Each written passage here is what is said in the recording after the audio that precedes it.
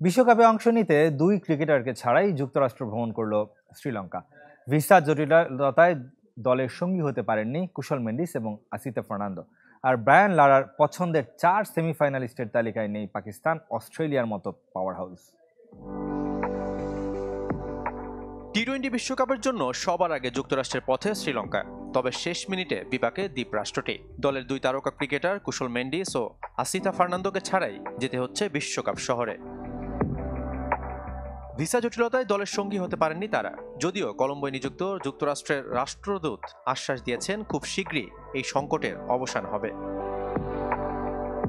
3 June দক্ষিণ আফ্রিকার বিপক্ষে ম্যাচ দিয়ে শুরু হবে লঙ্কানদের বিশ্বকাপ মিশন। তাই দলের সাথে তাদের উপস্থিতি ম্যাচে ততটা প্রভাব না ফেললেও অনুশীলন মিস করতে যাচ্ছেন নিশ্চিত।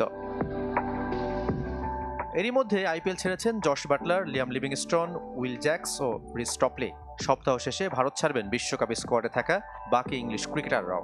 মাঝপথে তাদের আইপিএল ছাড়ায় ক্ষুব্ধ সাবেক ভারতীয় ক্রিকেটাররা। তবে বিশ্বকাপের আগে পাকিস্তান সিরিজকে গুরুত্ব দিতে ইংল্যান্ড ও ওয়েলস ক্রিকেট বোর্ডের এমন সিদ্ধান্ত। টি-20 বিশ্বকাপে ফাইনাল খেলবে ওয়েস্ট ইন্ডিজ ও ভারত, এমন ভবিষ্যৎবাণী করেছেন ক্যারিবীয় কিংবদন্তি ব্রায়ান লারা। তার মতে আসরের বাকি 2 সেমিফাইনালিস্ট আফগানিস্তান ও ইংল্যান্ড।